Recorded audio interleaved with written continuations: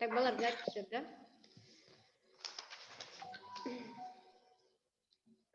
Good afternoon, dear students. Good afternoon. Good afternoon, teacher. Indira, who's absent today? There is no Janabek.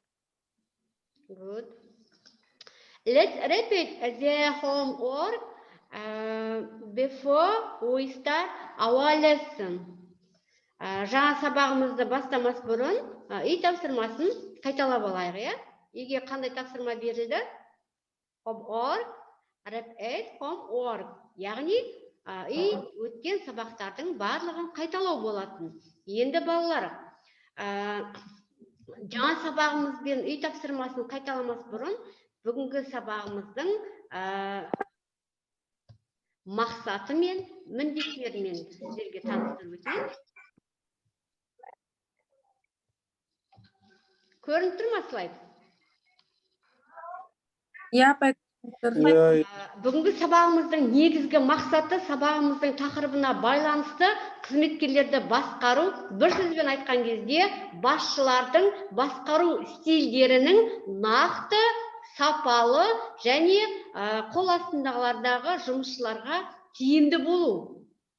Ал міндетіне келетін болсақ, іскер, басшылардың тіл табыса білетін, батыл, жауапкершілігі мол, стратегиялық тактикасы бар және басқару қабілеті жоғары басшыларды дайындау. Немесе біз өзімізді, как болашақ басшы ретінде, өзімізді алдын ала дайындау болып табылады. Енді жаңа сабағымызды бастамас бұрын, үй тапсырмасын Quizlet бағдарламасы бойынша мен сіздерге сұрақ жауап арқылы қайталайық.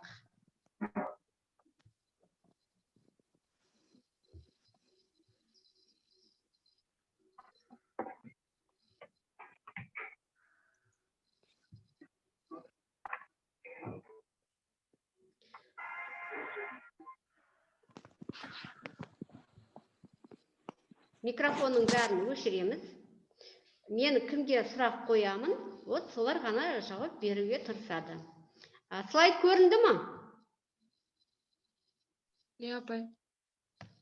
Бірінші сұрақ. Сұраңыз дегеніміз не? Жауап беретін Нұрзат. Мұнда ұяшықтарда сол сұрақтың анықтамалықтары жасырынған. Сұраңыз дегеніміз не?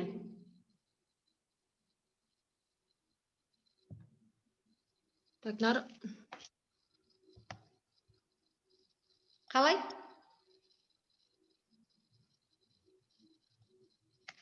Нарықтың экономикалық аса маңызды санаттарының бірі нарықтық. Өте жақсы. Так, әділет. Кәсіпкерлік дегеніміз не?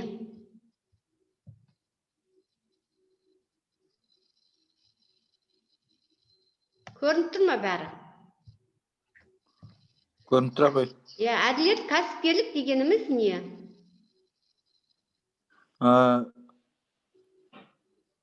Жекелеген экономикалық агенттердің мінез құлықтары мен тәртіптерін зерттейтін ұтымды субъектілерді. Дұрыс емес, әділет. Кім жауап береді? Белсенді жаңалыққа оны тез жүзеге асыруға бейімділік деген дұрыс емес пе, апай? Жоқ, кешірім, толымыз. Өте дұрыс. Өте жақсы. Гүлнар, микроэкономика дегеніміз не? Қазір апай. Экономикалық. Тыныш, только Гүлнар жауап береді. Жауап бере алмаған жағдайда қалғанымыз жауап беруге тырысамыз. Жекелеген экономикалық агенттердің мінез құлықтары мен тәртіптерін. Өте жақсы. Шыңғыс, өндіріс дегеніміз не? Өзінің өміріне қажетті материалдық жағдайларды жасау мақсаты. Жақсы. Айлық есептік көрсеткіш неше, Арнұр?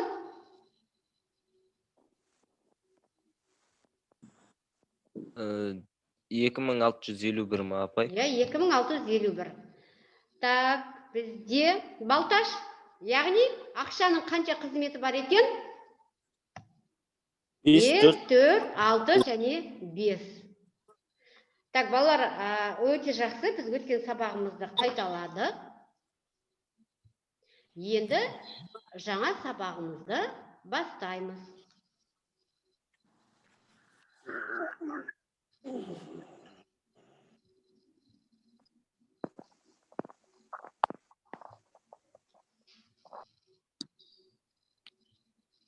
Көрініп тұр ма экран?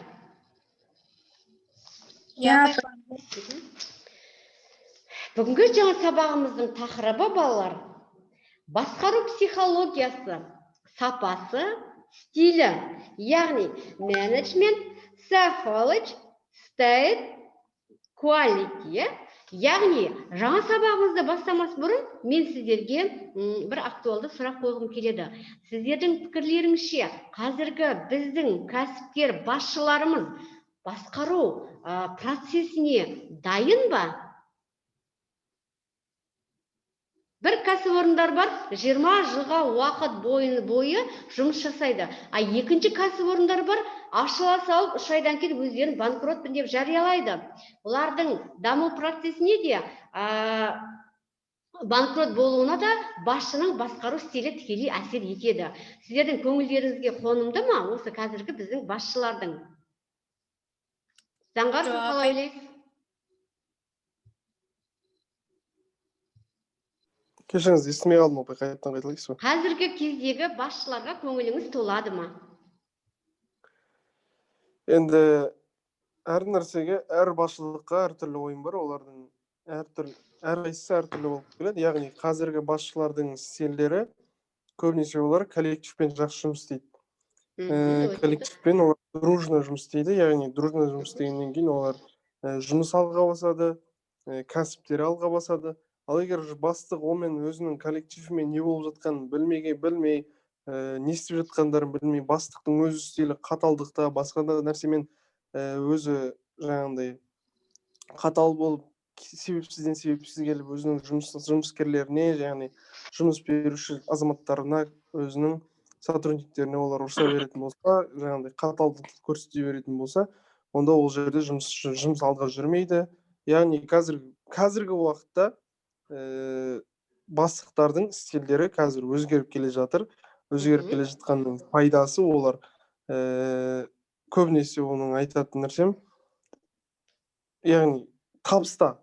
Егер адамда табыс болмаса, кәсібінде табыс болмай, оның кәсіп алға жұмысы жүрмесе, адамның жаңағындай көңіл күйі түседі, неге олай болып жатыр деп ойлайды. Сонымен өзінің бүткіл ойының бәрі басқа жақта болады да, және өзінің сотрудниктеріне өзінің жаңағындай стилін, өзінің басқа да бір қаталдықтарын өзі көрсетіп қояды. Ал егер жұмыстар алға жүріп жатса, онда ол өзінің коллективімен дружно жұмыс істейді, ол барлығы бір-біріне байланысты.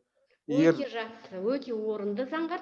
Енді балалар, біздің бүгінгі тақырыбымыздың байланысы да басшылардың, біз басшы ретінде ғана білеміз, бірақ олардың стильдері туралы біз бүгінгі сабақта толығымен танысатын боламыз. Тұңғыш президентіміз 2030 даму стратегиясында 7 басымдылықты атап көрсетті.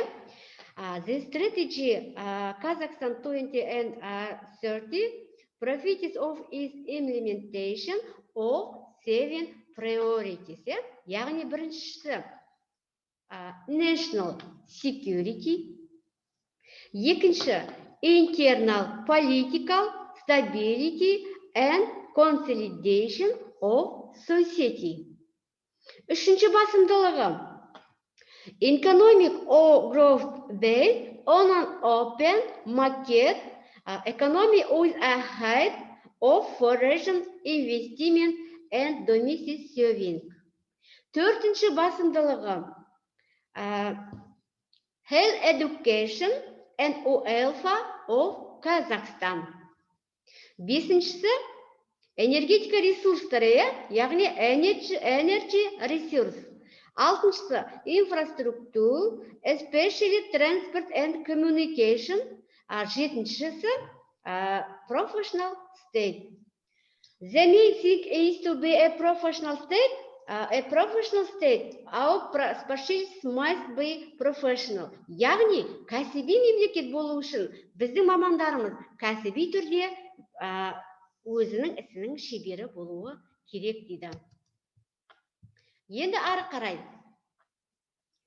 басқару стилі, біз бүгін негізгі басшылардың басқару стильдері туралы толығырақ танысатын боламыз.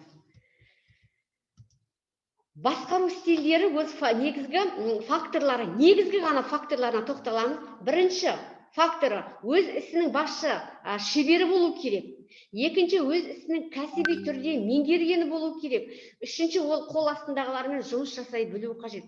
Қазіргі басшылардың стильдері балалар екі түрлі форматта жүреді екен көбінесе. Біріншісі тек жұмысқа көңілін бөледі екен, екінші түрі тек адамдарға көңілін бөледі екен. Қай басшы жұмысқа ғана көңілін бөледі? Ол жерде адами факторлар екінші орында тұрады. Сіз осы жұмысқа ынтаңыз бар ма? Сіз бүгінгі басқа жоспарыңыз бар ма? Басшыны ол кезде қызықтырмайды. Оның ең бірінші орында оның жұмысы жүріп тұру керек. Және ол сол жұмысты ынталандыру үшін жұмысшыларға неше түрлі бонустар жасап отырады, сыйақылар тағайындап отырады, неше түрлі санаторияларға жіберіп отырады. Оларда бірінші орын жұмыс ғана болады. Екінші формат ол адами, ол адамдарға ғана көңіл бөледі екен. Ол адамдардың тұрмыстық жағдайына, әлеуметтік жағдайына, одан кейін барып, ол шын мәнінде сол кәсіби шебер ма, ол немесе ол жұмысты ол жасай алады ма, ол содан кейін ғана барып, ол жұмысты екінші орынға қояды екен. Қазіргі кезде бірақ көбінесе көп басшылардың стильдары біріншіге ғана, бірінші факторды қолданатын болса, оларда жұмыс процесі алға жылжиды дейді. Сіздер қалай ойлайсыздар? Егер болашақ кәсіпкер ретінде осы екі фактордың қайсысын сіздер қолданар едіңіздер? Абылай, қай факторды қолданасың? Тек жұмыс, немесе жоқ, бірінші маған адамдардың осы жұмысқа деген қабілетін қарау ма? Қай факторды қолданар едіңіз? Адамдардың жұмысқа деген қабілетін қарау, адамдармен жақсы тіл табысып, жақсы басшы бола білу деп ойлаймын. Өте жақсы. Ернар, сіз қалай ойлайсыз? Қай факторды таңдар едіңіз? Мен сол Абылай таңдаймын, апай. Жақсы, Мерлан, сіз? Бәрі маған келсе де, апай. Жақсы. Балалар, енді ары қарай қараймыз. Басқару жүйесінің енді негізгі элементтері, осы элементтерді қолданған жағдайда бізде басқару процесі алға жылжиды екен. Міндетті түрде мақсаты болу керек. Мен осы кәсіпорынның басшысы ретінде, мен өзімнің кәсіпорында алға жылжытуым қажет. Менің функцияларым мынадай.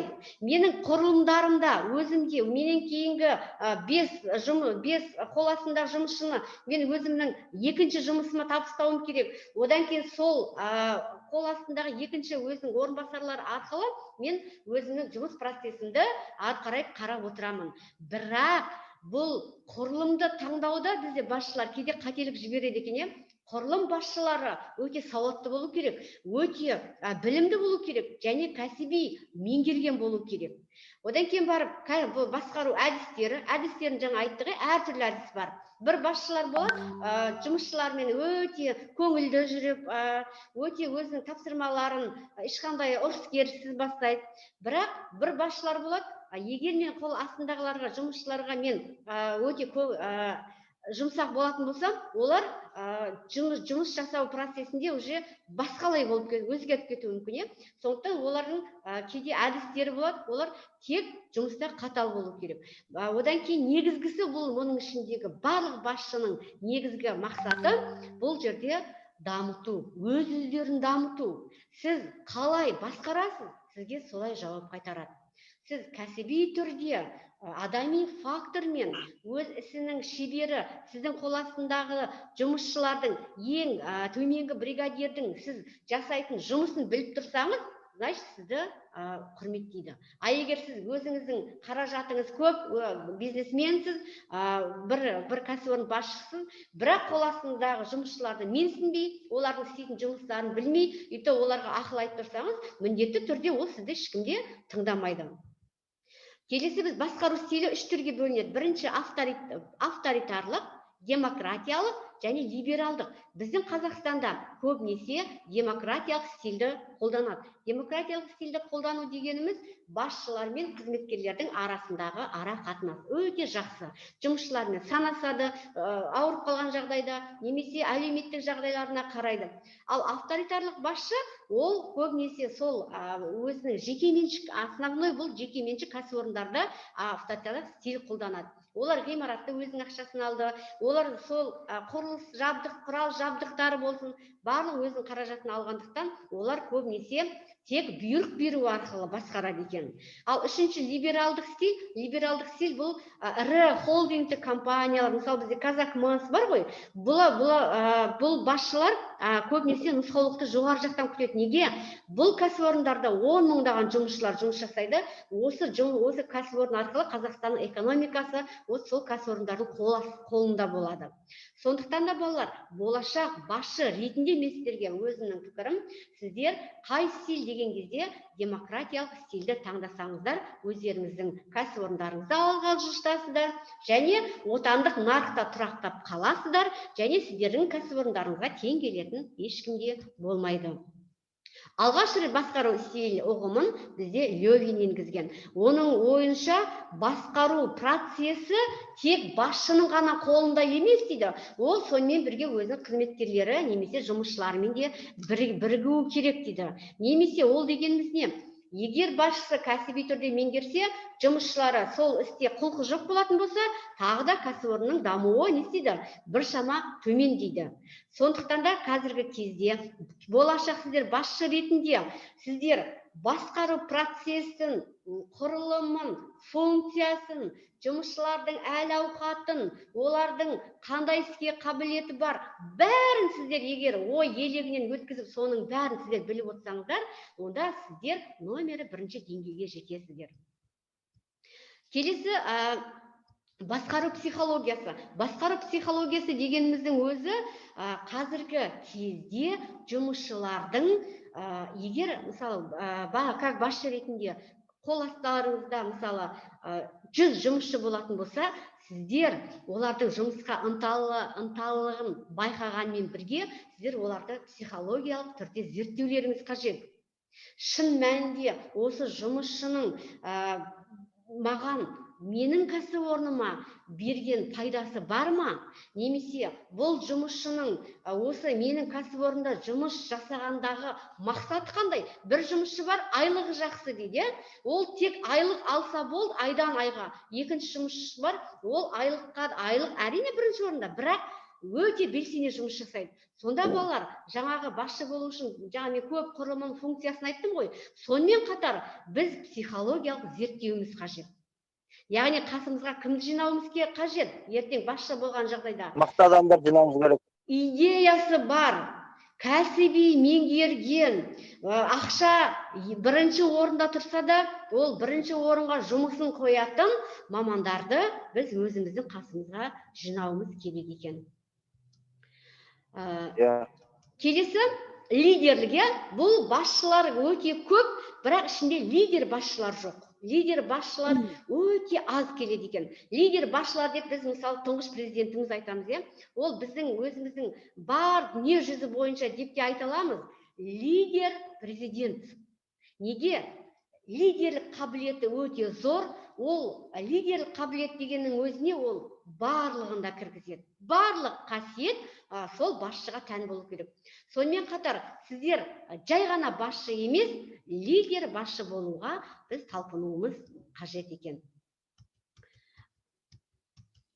Келесі, енді осы басшылар ретінде Қытайда ең алғаш, мысалы, басшылық қабылдау үшін тест жүргізеді екен.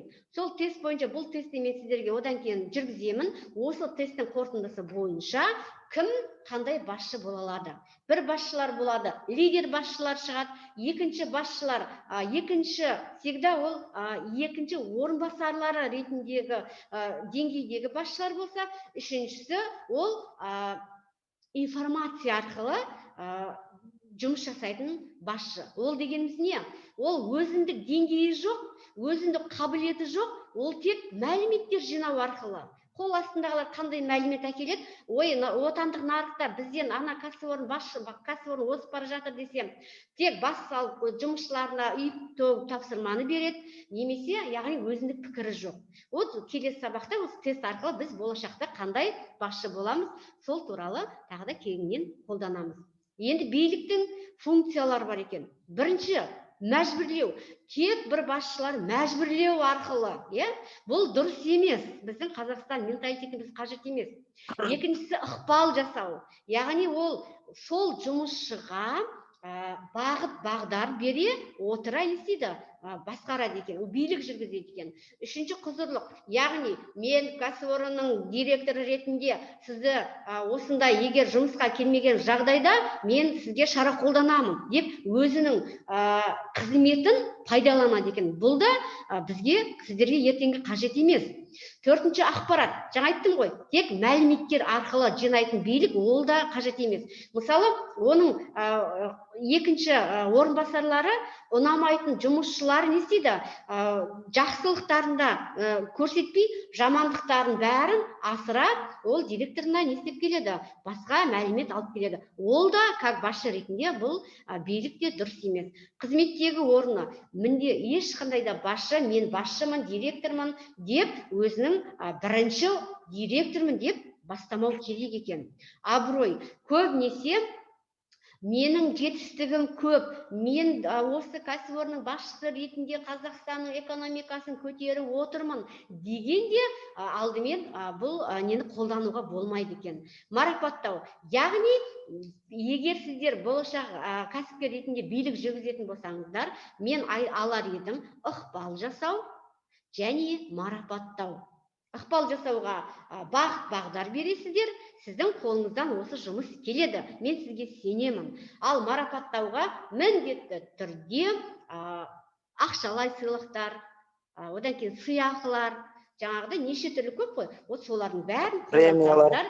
Сіздердің жұмыс жасау проценттеріңізде және жұмысшыларыңызда тыңдауы және өте керемет болады екен. Енді балалар, қорытындыламас бұрын біз сабағымызды бекітеміз. Сабағымызды бекіту біздің, қазір мен сіздерге ашамын, колледжіміздегі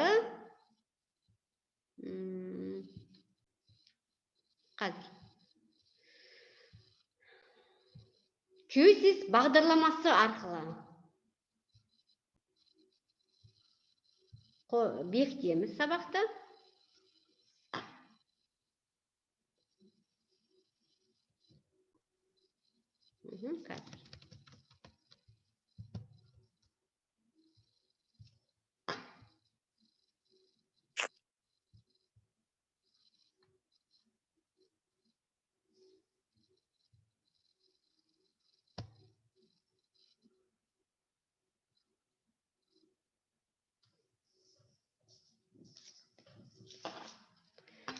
Сабақты тесттік жұмыстар арқылы бекітеміз. Мен сіздерге 10 тесттік сұрақ дайындадым. Осы тесттік сұраққа жауап беруге тырысамыз.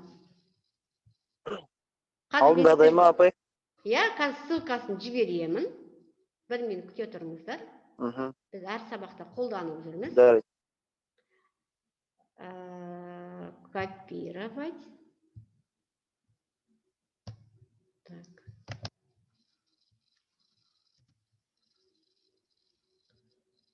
Так, осы ссылка бойынша кірейік.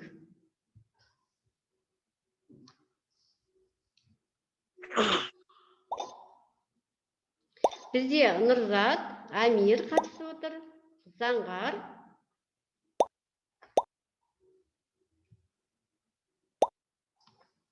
Өте жақсы. Тамирис, Мирлан қосылды, Арнұр қосылды, Әділет. Так, одан кейін тағы да көрінбей тұр. Так, жақсы балалар. Онда 2-3 дегеннен кейін бастаймыз. 10 сұраққа сабақты бекіту арқылы Индира қосылды, Ернар қосылды. И жауап береміз. Бастаймыз. Шыңғыс қосылды, Абылай, молодцы. Барлықтарыңыз қосылдыңыздар. Көрініп тұр ма? Иә, апай. Аха.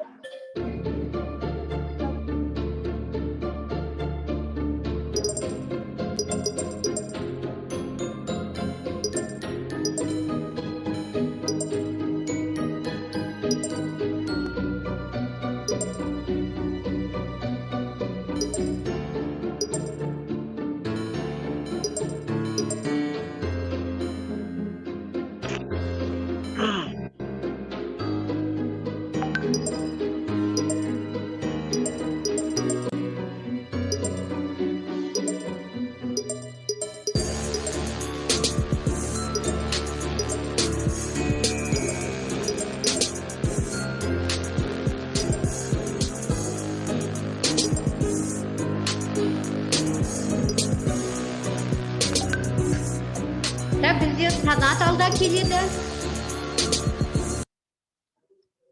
Мирлан бірінші орынға шықты. Аймир жақсы, молодец. Барлықтарыңыз сабақты түсінгендеріңіз көрініп тұр.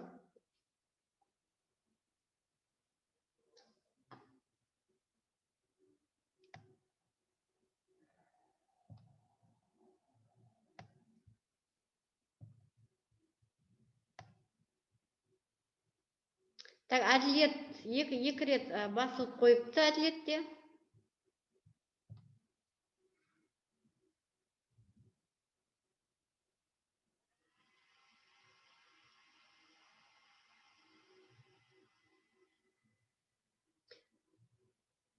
Өте жақсы.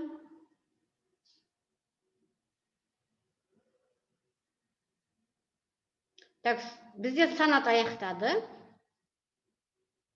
Жақсы. Амирда бір сұрақ қалды, Мирланда бір сұрақ қалды.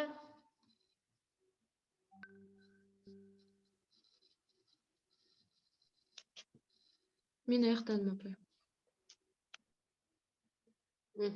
Нұрзат аяқтады, Индира аяқтады. Қазір кішкене барлықтары бітсін, одан кейін бар, біз уже нәтижесін шығарамыз.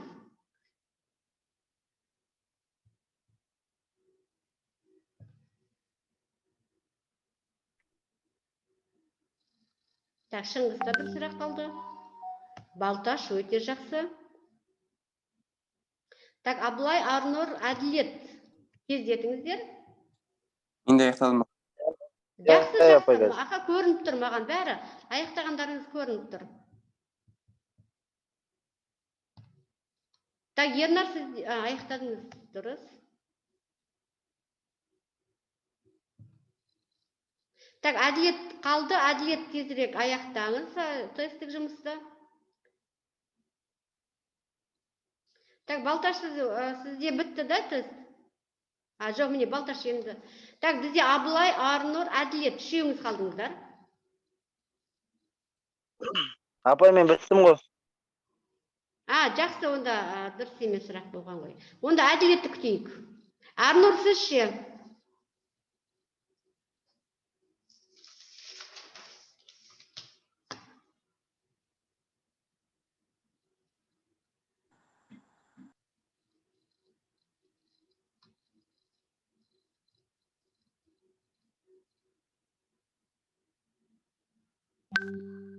Так, Әділет, тезірек жауап беруге тырысыңыз.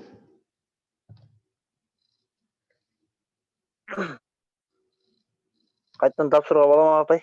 Жоқ. Бірінші орын алайыншы деген ғой.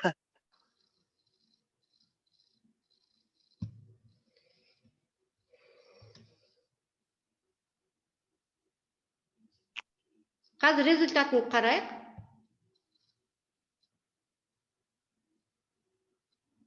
Өте жақсы. Амир бірінші орында, Санат екінші орында, Мирлан үшінші орында. Так, балалар, рахмет, сіздер сабақты өте жақсы түсінгендеріңіз байқалып тұр. Енді балалар, сабағымызды қорытындыласақ, сабағымызды Jamboard тақтасы арқылы қорытындылаймыз. Қазір мен сіздерге ссылка жіберемін.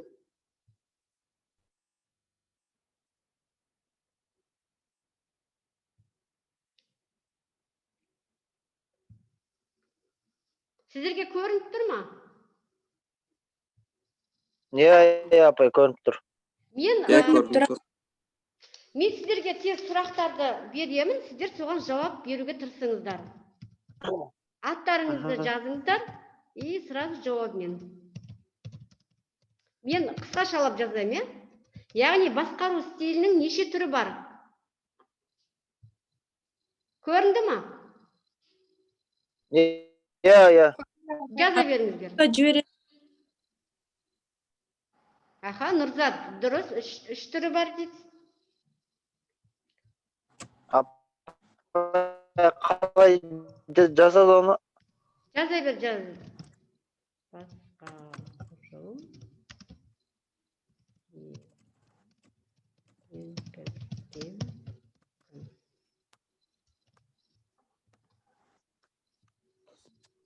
Так, Нұрзат, Санат жауап берді. Молодец, Ернар жауап берді. Апай, мен жазамай жатырмын мына жерге. Жақсы. Так, екінші мынау стикерге бассаңыз болады. 4-3 көрдіңіз ба? Ең алғаш басқару стилін енгізген кім? Заңғар жақсы жауап берді, Абылай жауап берді. Ең алғаш басқару Арнұр. Ең алғаш басқару стилін енгізген кім? Біз жаңа сабақта өттік, иә? Ричард па? Жоқ. Ол кәсіпкер термин енгізген. Ал Кантильон кәсіпкер. Жоқ, бұл жаңа сабақтан жаңа. Таймер дұрыс емес. Так. Бар, өте жақсы. Нұрзат. Левин.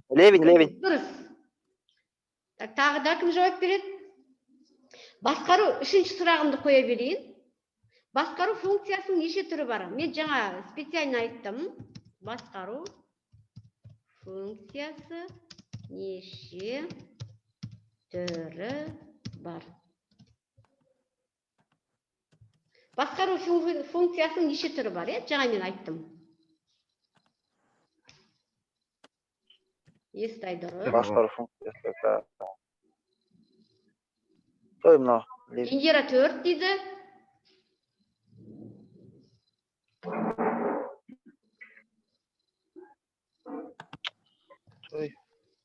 Өте жақсы балалар, рахмет. Балалар, 4 түрі бар. өте жақсы меңгеріпсіздер, өте керемет. Бұл дегеніміз, жаңа сабақта меңгеру дегеніміз, әрқайсымызда болашақ кәсіпкерлік, болашақ басшылықтан, болашақ кәсіпкерліктен үмітіміз бар деген сөз. Рахмет. Енді ағылшын тілін қалай меңгергеніміз туралы осы бүгінгі сабақта қолданылған терминдік сөздіктермен бір қорытындыласақ.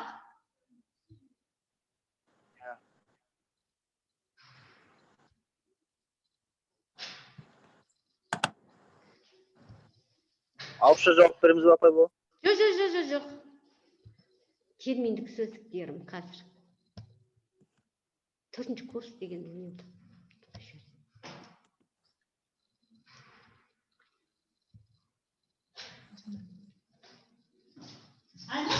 Сен неге кірдің бе? Қазір 1 минут.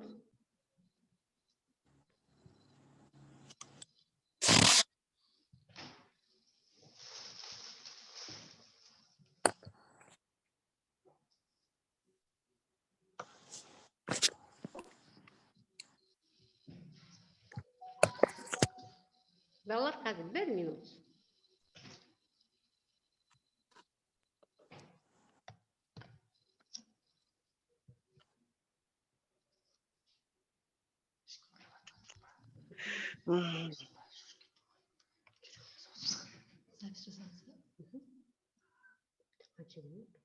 Терминдік сөздіктер бар ма қазір? 1 минут.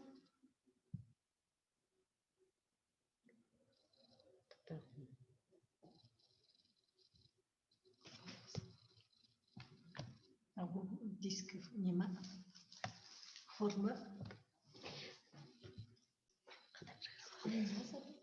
Так, жақсы балалар, онда біз сабағымызды бағалаймыз. Бүгінгі сабаққа өте жақсы қатысқандарыңыз үшін барлықтарыңа алғысым шексіз. Барлықтарыңыз бірдей атсалыстыңыздар.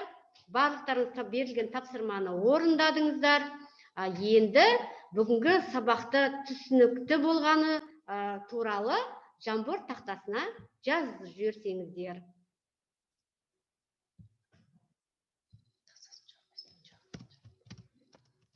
Сабақ түсінікті болды ма? Тез жазып жіберіңіздер, аттарыңыз жазыңыздар да.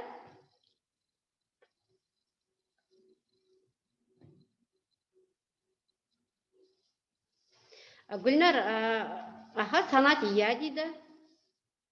Гүлнар, сізге қалай? Нұрзат, иә, сабақ түсінікті, рахмет дейді. Заңғар, иә.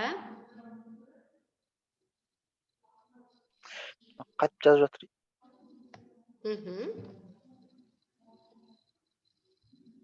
Арнұр, иә дейді.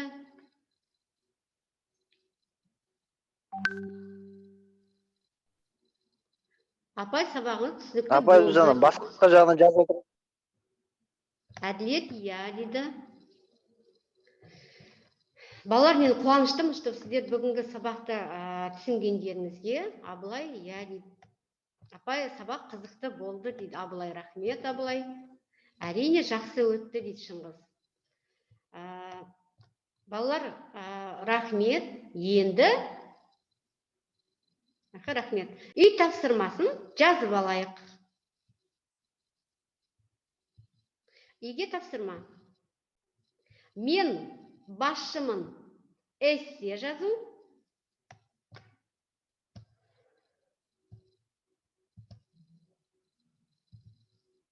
Және басқару стильдері туралы тағы да талдау. Басқару психологиясы, сапасы, стилі, оқу, талдау. Және мен болашақ басшымын.